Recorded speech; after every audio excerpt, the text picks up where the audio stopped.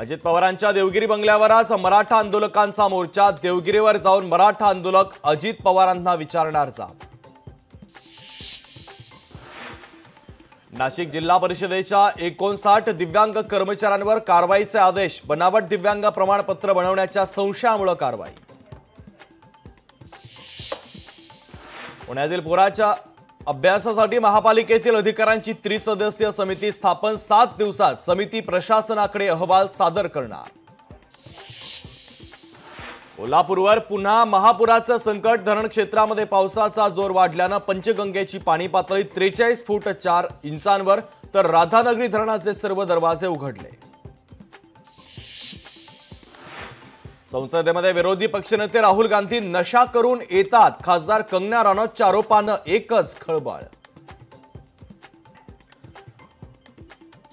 राज्यातील रेशन दुकानांतील धान्य वाटप 10 दिवसांपासून ठप्प। ई पॉससह सर्व्हर डाऊनच्या घटनांमुळे लाभार्थ्यांना मोठा फटका।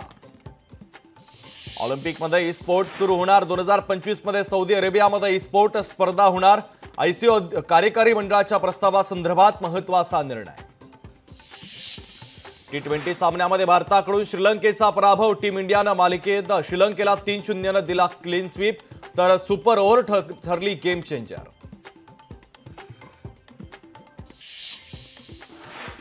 राजू शेट्टींनी घेतली इम्तियाज जलील यांची भेट। विधानसभा निवडणुकीच्या अनुषंगाने चर्चा झाल्याची माहिती। तर राजू शेट्टी यांच्याकडून तिसऱ्या आघाडीचे प्रयत्न सुरू असल्याची चर्चा। यवतमाळमध्ये अपात्र ठरलेल्या शेतकऱ्यांना 1,98,000 शेतकऱ्यांना मिळणार पीक विमा। कृषी अधिकारी आणि विमा कंपन्यांच्या बैठकीनंतर महत्त्वाचा निर्णय। पुणे शहर हवेली तालुका पिंपरी चिंचवड शहरातील 13,000 पूरग्रस्तांचे पंचनामे पूर्ण। उर्वरित पंचनामे 2 दिवसात पूर्ण करण्यात येणार असल्याची माहिती। पुण्यामध्ये पुन्हा एकदा पुढील 3 दिवस मुसळधार पावसाचा अंदाज। हवामान विभागाच्या वतीने पावसाचा ऑरेंज अलर्ट जारी। अंबरनाथ महापालिकेच्या वतीने शहरातील 12 ते 13 वर्ष जुन्या सांगाड्यांवर अनधिकृत होर्डिंग। जर अनधिकृत होर्डिंगवर कारवाई करण्याची मागणी। अमरावतीमध्ये मोबाईल ग्राहकांची बीएसएनएलला पसंती। 27 दिवसात 15,000 पेक्षा अधिक ग्राहकांनी बीएसएनएलच्या सिम कार्डची केली खरेदी।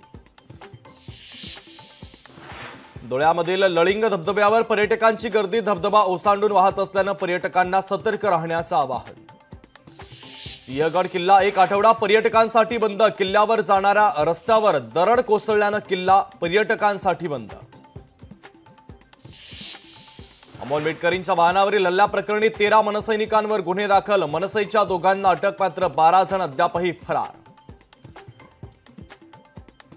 हिंगोलीमध्ये जिल्हा परिषद शाळेची दुरावस्था। शाळेतील पत्रे फुटल्याने शाळेला गळती, तर शिक्षकांवर एकाच वर्गात 2 वर्ग भरवण्याची वेळ। साताऱ्यातील घाट परिसरामध्ये पावसाची धुवांधार बॅटिंग, तर कोयना धरणातून पाण्याचा विसर्ग वाढवण्याची शक्यता। मनसे आणि ठाकरे गटाच्या राड्यानंतर वरळीमध्ये बॅनरबाजी। ज्येष्ठ नागरिक कट्ट्याचं सुशोभीकरण करण्यामध्ये व्यत्यय आणल्याने मनसे कार्यकर्त्यांच्या विरोधात लागले बॅनर। महाराष्ट्रामध्ये 81,000 कोटींच्या गुंतवणुकीच्या प्रकल्पांना मंत्रिमंडळ उपसमितीची मंजुरी। कोकण, मराठवाडा, विदर्भात 20,000 रोजगार निर्मितीचं लक्ष्य। गिरणी कामगारांसाठी 86,000 घरं बांधली जाणार। सरकारकडून घरांसाठी मुंबई, ठाणे, कल्याणसह पनवेलमध्ये जागांची चाचपणी।